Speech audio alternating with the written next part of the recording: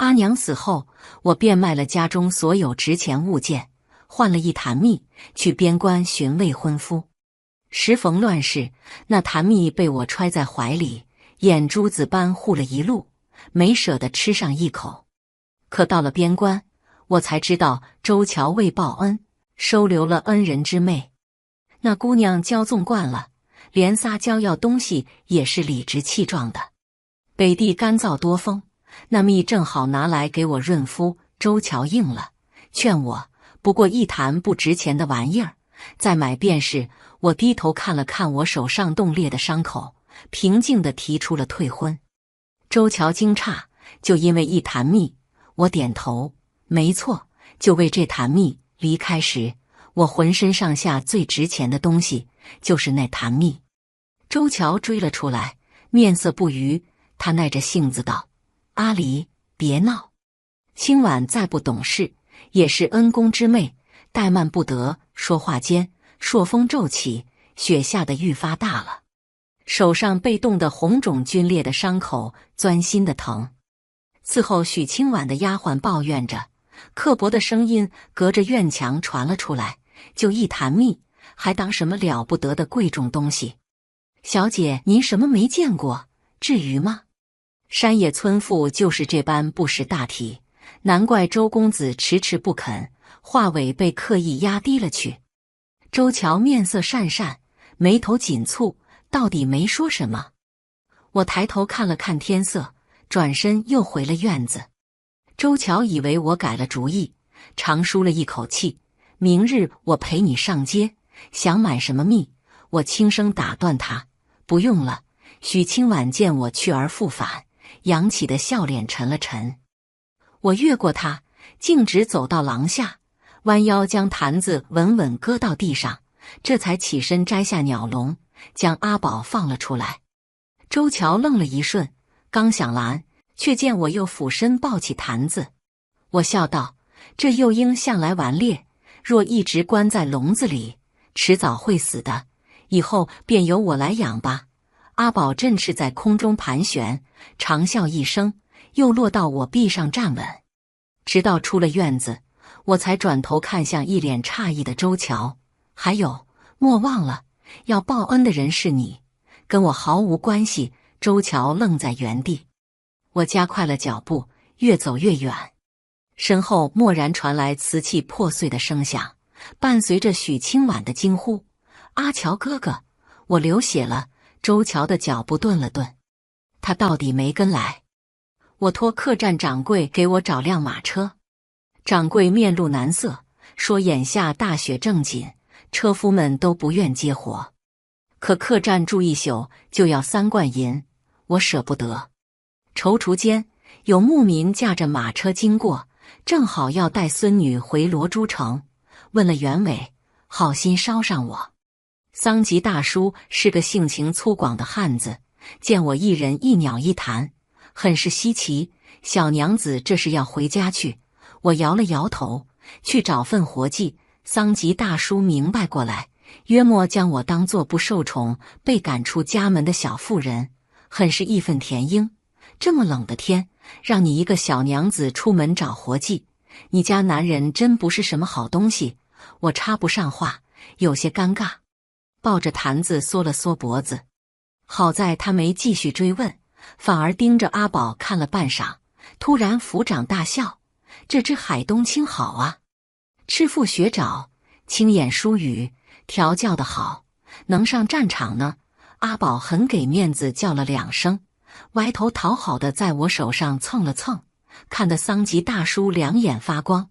小娘子，这海东青卖不卖？我摇了摇头，阿宝不卖的。桑吉大叔失望地撇了撇嘴，还想再开口，被孙女打断了。阿依娜指着坛子，咽了咽口水，悄悄问我：“这是姐姐的嫁妆吗？”我一愣，觉得她也没说错。阿娘临死前攥着我的手垂泪，让我一定要来辽北寻周乔。世道艰难，我一介孤身女子，她实在放心不下。我含泪点了头。阿娘死后，我将家里所有能卖的物件都卖了，攒了3两银，刚好跟隔壁猎户换了一坛蜜。那是只天青色的坛子，口窄肚圆，丰润饱满，我一眼就看中了。往里头灌蜜时，金黄色的蜜液色泽如鲜润的玉石，还散发着阵阵兰花香。我用稻草裹了一层，不放心，又拿棉絮厚厚包了一层，生怕磕了碰了。从青州到辽北，走了2个多月，这只坛子一直被我揣在怀里，眼珠子般护了一路，没舍得吃上一口。那时我心里只有一个念想，就是到了辽北，正好赶上冬天，这坛蜜能给周乔滋补身子。周乔是一父子，自幼体弱，一受寒就咳得死去活来。他娘临死前央着我娘给我们定了娃娃亲，有了帮衬，他的身子才渐渐好了起来。周乔人聪明，却不爱读书识字，只爱舞刀弄枪。过了15岁，便去参了军。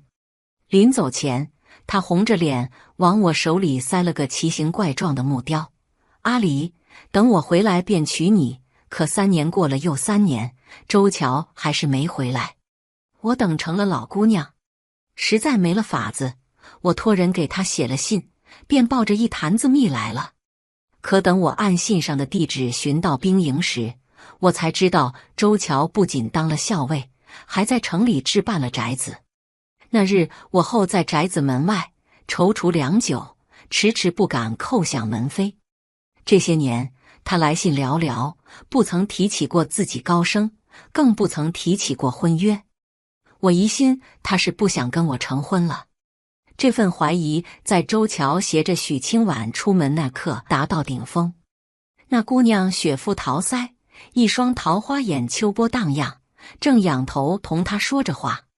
周乔低声应着，不知说了什么，两人相视一笑，很是熟人。我立在街角怔怔看着，直到许清婉的丫鬟不小心撞了我一下。周乔终于看到我，他先是一愣，继而狂喜，接过我手中的坛子，笑道：“清婉，这便是我同你提起过的阿离，我的未婚妻。”那一刻，所有的纠结和担忧一扫而光，心里比吃了蜜还甜。我想我错怪了周乔。可后来天色不早了，咱们得快些赶路了。桑吉大叔狠狠一抽马鞭，黑马撒开四蹄，跑得飞快，我被颠得回过神来。迎着阿依那好奇的目光，我笑着摇了摇头，不过一坛普通的蜜罢了。到达罗珠城时天已擦黑，我同桑吉大叔告了别。这里是辽北最繁华的边城，我本以为在酒肆饭馆寻份活计不算难，没成想打听了一圈，毫无着落。夜色渐深，我抱着坛子深一脚浅一脚走在雪地里，阿宝冻得直往我怀里钻。沿街食肆的香气直钻鼻腔，扑面而来的人间烟火气让我眼眶一阵阵发热。摸了摸钱袋，正打算找处便宜的客栈歇脚，被桑吉大叔唤住了。小娘子，我家还缺一个帮厨，活计不算辛苦，不知小娘子愿不愿意？见有地方落脚，我连连点头。牧民逐水而居，桑吉大叔家也不例外，扎营在乌拉伦河畔。乌力大娘是个热心肠的妇人，听说了我的事，拉过我的手，便抹起了眼泪。天可怜见的，这手都冻成这样了，遭罪了。她给我上了药，又端来热腾腾的奶酒和羊肉。不知为何，我一个人走的时候没哭，周乔没追来的时候没哭，这时却心头一阵发酸，眼泪倏然落下。待手上的伤口好了，我给桑吉大叔一家烙了蜜饼，香脆的饼皮里灌了蜜，轻轻一咬，满嘴甜，连舌尖都快融化了。阿依娜顾不上烫，一连吃了好几个。她看着我从坛子里挖蜜，好奇道：“姐姐不是特别宝贝这坛蜜吗？怎么舍得给我们吃？”我摸了摸她的头，笑道：“对我好的人，姐姐自然舍得。其实这坛蜜，我原也是舍得给许清婉的。周乔同我说过，许守玉于他有恩，在军中对他多番提携。我虽长在山野，却也知夫妻一体，做人要知恩图报，说不来阿谀奉承的话，也做不来低声下气的事。我只会用最笨拙的法子去讨好。在厨房鼓捣了半日，整治了一桌子菜，又将花蜜冲了糖水，腌了香瓜，端到许清婉眼前。可他只瞥了一眼，便说自己身子不爽，一筷子没动过。待周乔回来，他噙着笑朝他嗔怪道：“阿离姑娘是客，我岂敢劳烦她给我做饭？”我将手藏到背后，朝周乔勉强笑了笑。这双手在路上冻伤了，伤口还未愈合，又进了水，又红又肿，难怪许清婉会嫌弃。周乔看了看我，也笑了笑，却是朝着许清婉的。阿离守桌，让清婉见笑了，又吩咐人去街市买来糕点蜜饯，每一样都比我做得精巧。周乔给我也拿了一块，我咬了一口，甜得心口发苦。明明没有人比他更了解我有多手巧，就连蒲草我都能编出活灵活现的兔子，更别提我腌的香瓜又甜又脆，他最爱吃了。如今却成了上不得台面的东西。阿依娜吃成了小花猫，我看着好笑，帮她擦了擦嘴角。姐姐只是觉得好东西要跟喜欢的人一同分享，就像我不喜欢周乔了，这坛蜜他也吃不上了。阿离迈出院子那一刻，周乔心底有些慌，他下意识想跟上去，可许清婉被碎碗割了手，淌着血，娇娇柔柔地唤着他。待他处理好伤口，再出门去寻，已不见阿离的身影。风雪漫卷，吹落枝头堆积的簇簇白雪，天地间一片苍茫。他想他该去追的，可脚底却像生了根斑，纹丝不动。心头甚至涌起一丝不该有的庆幸，庆幸阿离闹了脾气，主动走了。如此一来，他就不会再与许清婉起了局龉，他也不必夹在中间左右为难了。其实那日见到阿离时，他是很欢喜的。阿离风尘仆仆，怀里只抱了一只坛子，千里迢迢一个人就这么来了。想来是赶路辛苦，原本丰腴的两颊瘦得脱了相。见了他，愣在原地，可一听他说未婚妻，阿离就笑了，清澈的杏眼里溢满了笑意，笑得他心口发疼。他还未曾告诉过阿离，来了辽北后，他遇见了父亲的族人，才知道自己是河东望族周氏之后。当年父母私奔离家，族人无不鄙夷，如今再想认祖归宗，须得立下赫赫功勋不可。他这人素来爱面子，刚来参军时吃了不少苦头，受人排挤，遭人陷害，这些也不好在信中跟阿离提起，怕他担心。后来他在战场偶然替许守玉挡了一刀，自此得了青眼，一路高升，成了他的左臂右膀。阿离自小长在山野，心思单纯，这些弯弯绕绕说了他也不懂。他一门心思想着往上爬，整日里忙着筹谋算计，写给阿离的信便越来越少。许清婉是许守玉亲妹，是家中最受宠的小女儿，因不满父母安排的婚事，一气之下跑来投奔兄长。来得不凑巧，刚碰上许守玉领兵去了环水城，来信托他暂为照顾。周乔不是没有发现许清婉看他时那炽热的眼神。许氏一族在西北军势力颇大，许清婉虽只是旁亲，但若能娶了她，也是一大助力。他在心底衡量了许久，可见到阿离那一刻，还是动摇了。他忘不了阿离待他全心全意的好，但那句未婚妻甫一出口，他又有些后悔，生怕许清婉会彻底对他寒了心，堵死了他在军中升迁最快的那条路。阿离人聪明，他不过稍微提了一下其中的利害关系，他便知趣地处处讨好许清婉。只是许清婉骄纵惯了，咽不下这口气，处处寻阿离的麻烦。看着许清婉为他拈酸吃醋，他才彻底放下心来。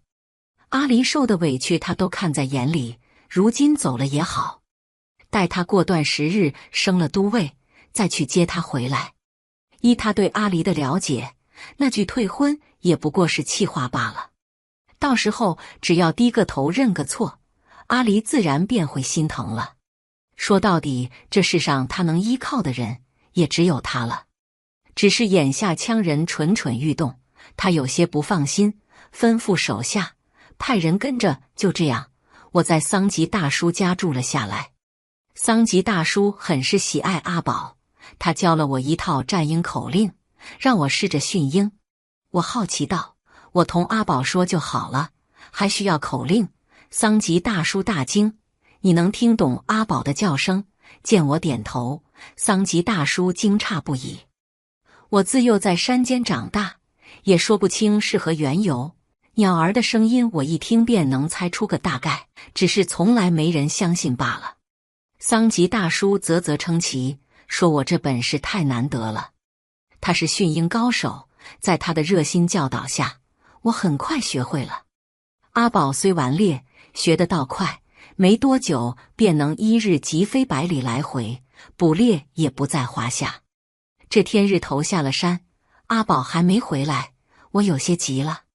跑到河边张望时，就见一列戎装素整的年轻将士策马而来。当头的少年身披银色盔甲，剑眉星目，英姿勃然。阿宝身如闪电，从他脖颈呼啸而过，逆风而来，停在我臂上。少年眸光凌厉，看了看阿宝，又看了看我。这是小娘子养的鹰，我点头称是，不想他立马吩咐手下来抓阿宝。我护着阿宝，正急得团团转。桑吉大叔回来了，一通解释，才知道闹了大误会。阿宝调皮，混进了西北军的廖鹰队伍，他们疑心我是羌人的奸细。我抱着阿宝，忍不住瞪了他一眼。好在误会解除，我才知道那少年名唤沈竹星，跟周乔同是西北军的校尉。桑吉大叔一家与他是旧识了，军中不少廖鹰幼时都寄养在这里。听说我会训鹰，沈竹星有些惊讶，又听说我听得懂鹰的叫声，他来了兴致，让我露两手。我轻轻抚了抚阿宝的羽翼，低声念了口令。阿宝绕着我飞旋了2圈，振翅飞远，不过一刻，回来时嘴里已叼了一尾肥鱼。沈竹星看我的目光多了司机赏。没过几日，他送来一批幼鹰，托我训话。我头一回受人如此重托，心下惴惴，我不知道能不能做好。沈竹星冲我一笑，示意我安心，做得好有赏，做不好也无妨。总之我信你。他这般说话，倒叫我内心平静了些。自那之后，他便时不时来上一趟，每回总给我捎上点东西，不是四宝斋的梅花酥，就是玲珑阁的胭脂，或是胡姬酿的花果酒。日子久了，乌力大娘便拿我打趣：“沈校尉对咱们阿离可真好啊！”看来这桩婚事尽了，我被说得两颊滚烫，一不留神，手下烙的蜜饼便糊了底。正待出门舀水洗锅，一抬头便看见一道熟悉的身影。周乔立在帐外，怔怔地看着我，连声音都在颤：“阿离，你要嫁给谁？1年未见。”周乔清瘦了些，眸光越发深沉。他重复道：“阿离，你要嫁给谁？”乌力大娘从我身后探头看了看，一下明白过来，她叉着腰恶声道：“阿离要嫁的，自然是这世间顶顶好的儿郎，难不成是你啊？”周乔噎了一下，倒也没计较，只是揉了揉眉心，拦在我身前：“阿离，闹够了就跟我回去。”我看着周乔，心下诧异，这都过去1年了，他居然还以为我只是在使小性子。我没闹，我们已经退婚了，你忘了？没料到我这般反应。周乔一怔，很快又板起脸来，是不是旁人同你说了什么？你性子单纯，恐怕是受人蛊惑了。不是受人蛊惑，是我自己想明白了。从小到大，只要周乔说上一句软话，我便会不计前嫌，什么都依他。可我被人为难，被人欺负时，他何尝顾虑过我的感受？一厢情愿的感情注定会受伤的，没有谁能一直揣着一肚子委屈过日子。说话间，沈竹星打马而来，少年纵马而立，嘴角含笑，比初冬的第一缕暖阳还要耀眼。他的视线落在周乔身上，眉头微蹙，落到我身上又换成了笑意。周乔瞳孔骤缩，猛地站直了身子，错愕道：“你要嫁的人是他？”沈竹星不置可否，不动声色看了我一眼。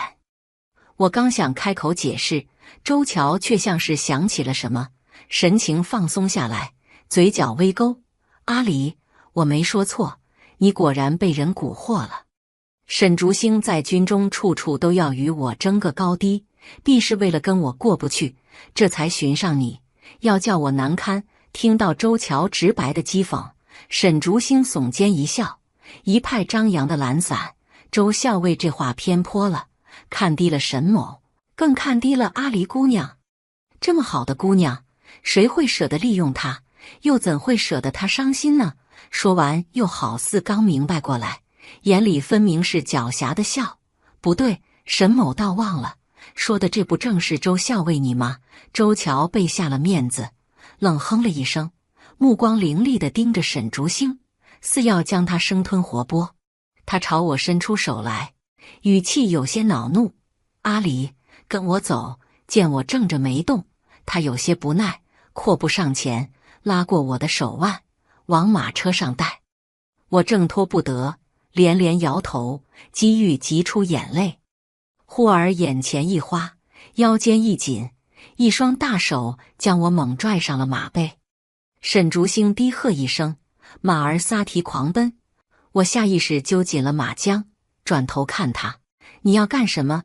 细碎晨光倒映在那双眸子，波光潋滟。带你逃啊！风在耳边呼啸，有那么一瞬，我仿若回到了故乡的山里，追逐着鹿群，奔跑在林间，听飞鸟窃窃私语。直到日落西山，捧着一篮子野菜蘑菇，哼着歌从山上下来。回了家，我把鸟的话说给周乔听，以为他会感兴趣。可他只是看了看我弄脏了的衣裙，苦笑了一声：“阿离，人又怎会听得懂鸟的话呢？再过2年便要成婚了，该学着持家理事，莫要再像孩子般淘气了。”从那以后，我便很少上山去了，留在家中，跟着阿娘学做饭，学刺绣，学做一个合格的娘子。那时我不明白，明明与周乔定下了婚事，我却怎么都开心不起来。如今我明白了，那是失了本性。周乔要的，自始至终都是一个对他有用的娘子。可我不是那样的人。不知过了多久，沈竹星收了缰绳，马儿慢吞吞地围着水垫子绕圈。等被他扶着下了马，我才回过神来，赧然歉道：“今日周乔言行无状，实在对不住了。”少年逆着光，笑得肆意又张扬，又带着丝不怀好意。那阿离打算如何补偿我呀？我一怔，脑子里搜刮了半天，也没想出个所以然来。倒是沈竹星主动开了口，说要吃我做的蜜饼。我早就馋了，偏偏你从来不分我一口。他寻了处平整的躺下，双手枕在脑后，闲看云海，很无赖的笑：“你那么宝贝那坛蜜，我就想知道那蜜尝起来是什么滋味。”我站在一旁，有些懵，不知何时他竟惦记上我那坛蜜了。见我愣了，他有些失望，仰起头飞快睨了我一眼，佯装无奈道：“不肯也无妨，只要帮我一个忙就行。原来他这趟来是想我入兵营替他培养鹰奸细。羌人善育鹰，西北军在这上面吃过不少苦头。眼下入了冬，雪也茫茫，羌人异动频频，更加依赖廖鹰。上回阿宝混入羌人的廖鹰队伍，倒是给了他启发。既然人可以做奸细，鹰为何不可？只要培养好了，随时可混入敌域后方监察敌情，传唤击回。这想法过于异想天开，又姿势体大，我不由得瞠目结舌。你就这般信我？信我能做到？信我无一心？沈竹星坐起身子，一张脸神采飞扬，漆黑瞳仁亮色灼灼。我信你。他点头称是，笑似朗月入怀，看得我心头一颤。沈某觉得，连鸟儿都喜爱的姑娘，自然是心地纯良的好姑娘。辽北下第一场雪的时候，第一批调教好的廖鹰训飞，正好碰上羌人进犯，他们抢了牧民的牛马，还放火烧了他们的帐篷，整个乌拉伦河畔哀嚎遍野。我登高远眺，直到看见阿宝领着鹰队随沈竹星的人马回来时，一颗悬着的心才放回了肚里。待听到桑吉大叔一家安然无恙，才长长舒了一口气。这一战西北军大获全胜，一直把羌人赶到了乌拉伦河的另一头。兵营里喜气洋洋，烹牛宰羊、美酒或者烤肉的香气，熏得人口舌生津。旁人说起沈竹星这场仗打得实在漂亮，他便咂一口酒，睨我一眼，又一笑。这都多亏了阿离姑娘，她人厉害，训的鹰也厉害。沈竹星很会夸奖人，他一夸，我就有些不好意思。我抱着阿宝烤火，整颗心像是泡在蜜罐里。待月亮爬上来了，这场庆功宴也结束了。沈竹星有些醉了，他看着天上的圆月，舔了舔嘴唇，有些孩子气叹道：“真像你烙的蜜饼啊！可惜到现在没吃上。”没想到他还惦念着我，哑然失笑。我欠着沈竹星的恩情。刚来兵营时，兵士们看我的眼光总带着3分好奇7分质疑。是沈竹星一个个瞪过去，拍着胸脯保证说阿离姑娘定能训出比羌人更厉害的鹰。也是他教我骑马，教我辨认地图，陪我去草原放鹰。从前我不敢想，原来跟鸟嘀嘀咕咕也可以不用藏着掖着，不怕别人耻笑，甚至还能立下军功呢。阿宝吃饱了肉，歪着脑袋在我怀里睡着了。沈竹星看着我，他的眼睛很亮，比今晚的月色还亮。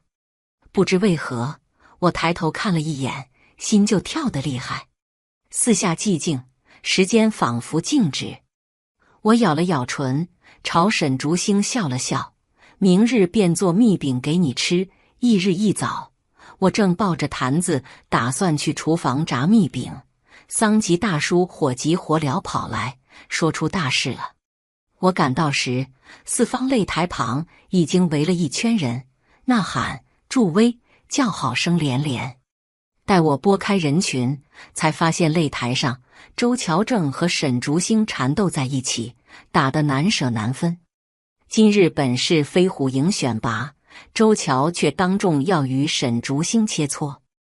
我是知道的，周乔天生神力，后来学了武，更是厉害。沈竹星不是他的对手。果然，不过30招，沈竹星已现了颓势。军中切磋讲究点到即止，可周乔半点没留情。沈竹星一次次被打倒，又一次次站起来，步伐蹒跚，身形摇晃，身上那袭白衣全染了红，湿哒哒粘在身上，额发被鲜血浸透，只一双眼眸依然倔强清亮。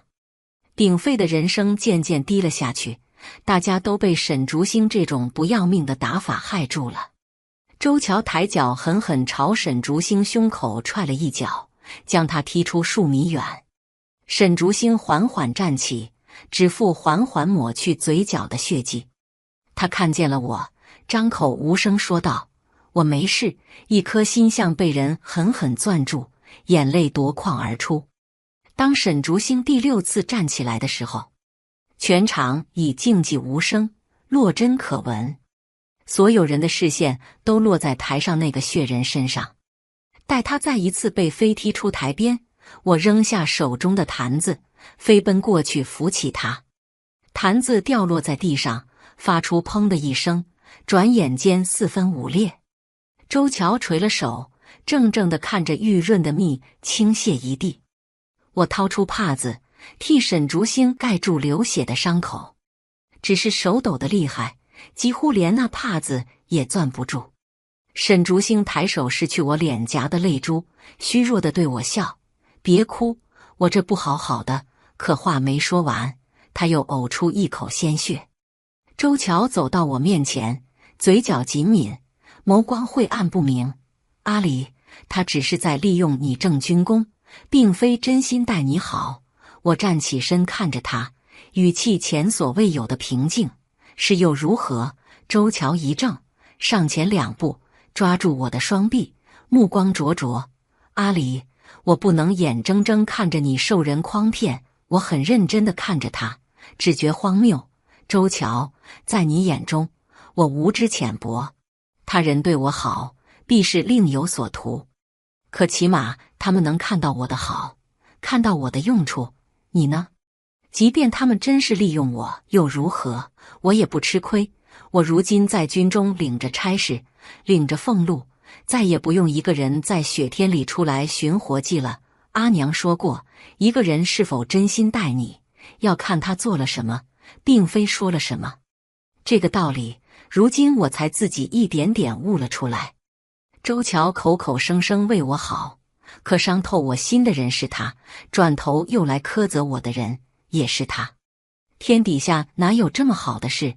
想要别人的一颗真心，自己却连半点信任都不肯付出。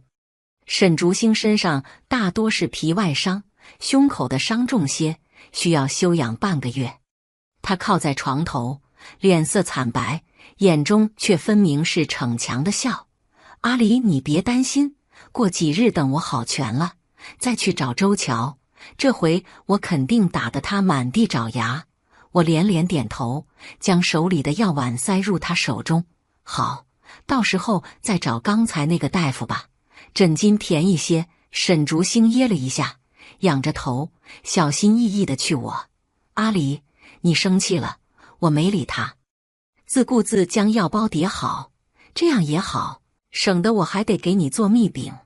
毕竟命都没了，也不需要吃东西了。”沈竹星忽然捂着胸口，咳了2声：“阿离，疼！”痛苦的神情不像作伪。我急忙帮他拍打顺气。沈竹星趁机握住我的手，脸上飞过一抹可疑的红晕：“阿离，太疼了，我想吃点甜的。”我想了想，从怀里掏出用方帕包好的松子糖，递到他眼前。沈竹星无奈一笑，他摇了摇头，说：“不是这个，不是这个。难道是想吃蜜饼了？”我这才记起那坛不小心被打碎的蜜，心中涌起几分惋惜，只好安慰道：“明日我先去买坛蜜。”沈竹星眨眼，有些无赖：“要比先前那坛更甜的蜜。”“好好好，就买最甜最甜的蜜。”一出门碰见周乔，他站在树影下，一半脸隐在阴翳中，另一半却亮得看不清神色，手里捧着一只小罐，指尖还在淌着血。见了我，脸上难得显出慌乱：“阿离，坛子打碎了，好在还剩下一些蜜，我全都捡来了。”我看着那只罐子，又小又扁，连丝花纹也无，一点也不好看。“不用了，不过一坛不值钱的玩意，再买便是。”周乔彻底怔住了，声音哑在喉间：“你不是最宝贝这坛蜜吗？”怎么，原来他也知道这坛蜜对我有多重要？可那时许清婉开口要了，他就要我乖乖奉上。一坛蜜的确不算什么，可那已经是我最后仅剩的所有了。见我疏离，周乔满眼苦涩。阿离，是我错了，对不起。跟我回去吧，我发誓绝不会再让你受委屈。我深深叹了口气，有些事还是要好好说清楚。周乔，我离开并非只因为这坛蜜。我那时想，如果你知道这坛蜜是我爬了多少山路，摔了多少跟头才踩回来的，会不会改了主意？凶欠之年，恶殍盈途，山上连树根都被挖空了。我攒了许久，才攒了这么一坛。可后来阿娘病了，我只得将它卖了。再后来阿娘死了，我心里想着，这么好的蜜，该给周乔尝一尝的。我花光了所有的钱，就这么提心吊胆，又满怀憧憬地走了一路。周乔，其实我没你想象中那般倔强。我很努力说服自己，日子还长，何必为了这个与你生了嫌隙？一坛蜜，给了就给了吧。可许清婉让我改了主意。他在廊下拿切好的肉喂阿宝，话里有话，不识抬举的扁毛畜生。主人看着可怜，给几块肉吃，还真当自己得了宠，居然闹起脾气来了，又吩咐丫鬟拿来铁链，将阿宝的脚牢牢锁在笼中，就该好好待在笼子里，哪儿也不许去。阿宝哀怨地叫了2声，无力扑扇着翅膀，分明在说救命。我看着那个狭小的鸟笼，背脊窜上一阵寒意。鹰天生就应该在天空翱翔，而不是困于牢笼；天生就应该自己捕猎，而不是受人喂养。我怕日子过着过着，我变成了阿宝。其实一开始我也害怕，害怕自己会养不活自己，害怕别人会欺负我。可后来发现自己想多了，我靠自己的双手挣钱，我吃得下睡得香，再也不用费尽心思去揣摩别人的喜好，也不用担心自己哪里做得不好被人嫌弃了。周乔，那样委屈的日子我再也过不下去了。我一点点掰开他的手，看他的脸色一点点灰败下去。你一向最擅长权衡，别在这事上犯浑。许清婉比我更适合你，你心底知道的。周乔合了合眼，落在身侧紧握的手泛了白。阿离，我就愿意在这事上犯浑。我已经跟许清婉说清楚了，他也已经走了。我摇头，那是你跟他的事，不用说给我听。周乔眼角泛红，祈求般看着我。阿离，从今往后，我再也不伤你心了。我会一直等你，直到回心转意。我抬脚就走，不想给他一丝一毫的希冀。迟了，刚走出2步，又去而复返。周乔怔怔地看着我，颓然的眸底渐渐点亮。啪！这一巴掌我打得极重，周乔被打得偏了头去，一脸无措的震惊。你公报私仇，这巴掌是替沈竹星打的。周乔，我们到此为止。周乔升了都尉，回河东认祖归宗那日，族长问起他可有婚配，不知为何，他脱口而出说早年间家中给定了一门娃娃亲。族长有些惋惜，倒也没说什么，只说周氏百年氏族，门风清正，断不可背信弃义。这一句如暗夜明灯，彻底劈开心底阴霾。本该如此，阿离本就是他的未婚妻，本就该嫁给他。他想起16岁的阿离从山上回来，裙脚沾着脏兮兮的泥，一见他就笑，嘴角浮现出2个浅浅的梨窝，眼睛亮晶晶的，一张嘴叽叽喳喳不停，说着今日上山的趣事。他说鸟儿会说话，鹿群会跳舞，就连恼人的蜜蜂都会唱歌。周乔从来都不信这些的，只当他又在开玩笑，故意绷着脸逗他。阿离，人又怎会听得懂鸟的话呢？阿离眼睫低垂，氤氲着雾气，大概是难过了，默默蹲在地上画圈圈。周乔那时并不知，阿离早就悄悄入了他的心。策马赶回辽北的一路，周乔都在后悔，后悔不该对阿离说那样的话，后悔不该为了一坛蜜让他受了委屈。一想到那日沈竹星当着他的面带走阿离，他就生气。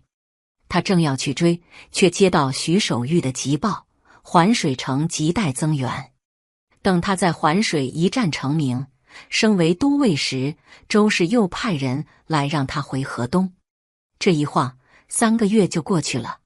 回到辽北那日，他一进门便看见门内的女子，他以为是阿离，满心欢喜唤了一声，可转过来的脸却是许清婉。他满脸是泪，娇娇柔柔朝他哭诉，说家中派了人来辽北寻他，要他马上回去成婚。周乔莫名有些不耐，冷声道：“既是父母做主的婚事，自当遵从。我一个外人，帮不上什么。”许清婉既错愕又难堪，急切去拉他的手：“阿乔哥哥，你不想娶我？”周乔手一挥，连目光都带了寒意：“我已有未婚妻，就是阿离，怎会另娶他人呢？”说完，不顾许清婉哭得肝肠寸断，回了屋，给徐守玉去了信，让他派人来接。做完这些，他又马不停蹄回了兵营。一回去便听说沈竹星大败羌人，靠的是阿离训的鹰。阿离性子单纯，脾气又好，他笃定是沈竹星利用了他。他迫不及待找上沈竹星，狠狠揍了他一顿。可他没想到阿离就在台下，他甚至为了沈竹星，把那坛蜜都摔碎了，瓷器破裂的声响重重落在他心上，很疼很疼。他看着阿离担心的模样，简直嫉妒得快要发疯。待人都走了，他才回过神来，去捡地上那个坛子。指尖被碎刺刺的鲜血淋漓，他顾不上擦，找来一个小罐，把剩下的蜜都倒了进去。他捧着小罐，在门外站了许久。他听着门里两人说的话，几乎快把那小罐捏碎。可他忍住了，他不想再惹阿离生气了。阿离同他说了许多话，越听他越是害怕。阿离好像真的不喜欢他了。他为了替沈竹星出气，还打了他一巴掌，把他的心也打碎了。周乔仰着头，极力压抑着泪意。几乎在这一瞬，他确认了一个事实：阿离真的不要他了。羌人趁着大雪封山，突袭定西关的消息传来时，我正绣着嫁衣。听说羌人硬是在峭壁上凿出一条仅容一人通过的小路，再搭建木梯，从天而降。事出突然，3州兵马增援不及，若定西关一破，辽北数十万百姓危矣。魏将军命徐守玉死守定西关，等他去环水城搬救兵。一时间，军中气氛肃穆，关内百姓连夜撤退。桑吉大叔一家让我跟他们一起走，我没答应，既入了兵营，便当与兵士们共进退。何况两军交战，他们还指望着廖英侦察敌情，我不能走。乌力大娘抹着眼泪，细细嘱咐我要平安。阿依娜眼泪汪汪，塞给我一个护身符。送走他们，我的心空荡荡的。一转身，沈竹星站在月下，一身白袍银铠，英姿勃然，如琼枝一树。他是来同我告别的。今夜他将领军穿过大漠，绕到羌人背后突袭，让他们自乱阵脚，在里应外合，杀他们个措手不及。不用多说，我也知道这一趟九死一生。眼泪灼得心头发烫，在沈竹星担忧的目光中，我的吻落在他唇角。沈竹星讶然瞪圆了眼，他将我一把揽入怀中，感受着彼此的心跳和呼吸，千万般思绪汇成一句：信我，等我。子夜，2000精兵饮酒衰晚，悄声出发。鹅绒般的雪花落了下来，迎着月光的沙丘明暗交映，沁出蚀骨的冷。阿宝自我臂上振翅，沿着我指尖的方向倏然飞去。阿宝替我护着他，战事进入第10日。周乔来见我，一身铠甲泛着冷光，我闻到他身上浓郁的血腥味。他见我慢悠悠地嗅着嫁衣，脸色一变，嘶哑的嗓音带着阴狠的快意：“阿离，沈竹星不会回来了，他被羌人俘虏，叛变了，针尖刺破皮肤，一瞬的痛。”我没抬头，轻声反驳：“他不是这样的人，我信他。”周乔猛地抓起桌上的花瓶，狠狠往地上一灌：“事到如今，你还信他？他试图让我相信他的真心。阿离，我才是最爱你的人，你该信的人是我。我到底比沈竹星输在哪儿？你这般信他？”我平静地看着他：“周乔，他信我，我便信他，而你从来做不到。你向来对人对事先提防3分，连我也不例外。你总在算计得失，自然不会相信有人会傻到什么都不要，就这么把一颗真心捧到你面前。周乔，曾经这颗真心是属于你的，你不珍惜，我便收回。如今才来问这个问题，未免可笑。”周乔怔住了，我从未见他如此失魂落魄。良久，他长叹了一口气，做了妥协：“眼下危险，我派人送你回青州吧。所有人都知道，沈竹星再不出现，定西关就守不住了。我不愿意让他带我去城楼，他会来的。夜幕低垂，山丈千重，孤月照顶雪。巍峨关隘不知矗立了几百年，西北干燥的朔风夹杂着苍凉。一颗心似被人攥在手心，无旁无落。直到一道矫健身影一马当先，身下黑旗奋力扬提，长剑一挥，撕开羌军的防线。是沈竹星，我几乎要落下眼泪。激越战鼓雷动，定西关城门大开，魏将军率领救兵赶到，两支队伍悍然冲撞，震耳欲聋的厮杀刺激着每个人的眼睛。我静静看着周乔，低声在他耳旁说了一句话，声音很轻，但他听到了。周乔看着我，面色变了又变。良久，他颓然吐出一口气，走下城楼，披甲戴胄，冲向敌阵。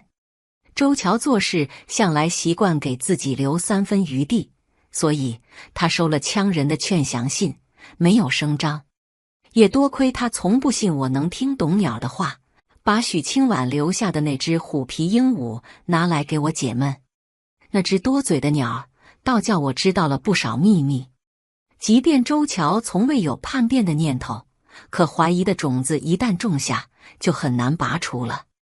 那封信就是他的死穴，唯有上阵奋勇杀敌，以证清白。直到暮色四合，这场杀戮才降下帷幕。硝烟弥漫，尸山血海。周乔受了重伤，右边袖管血肉模糊，竟是被人活生生削去一臂。擦肩而过时，他痛苦地唤着我。我越过他，朝沈竹星跑去。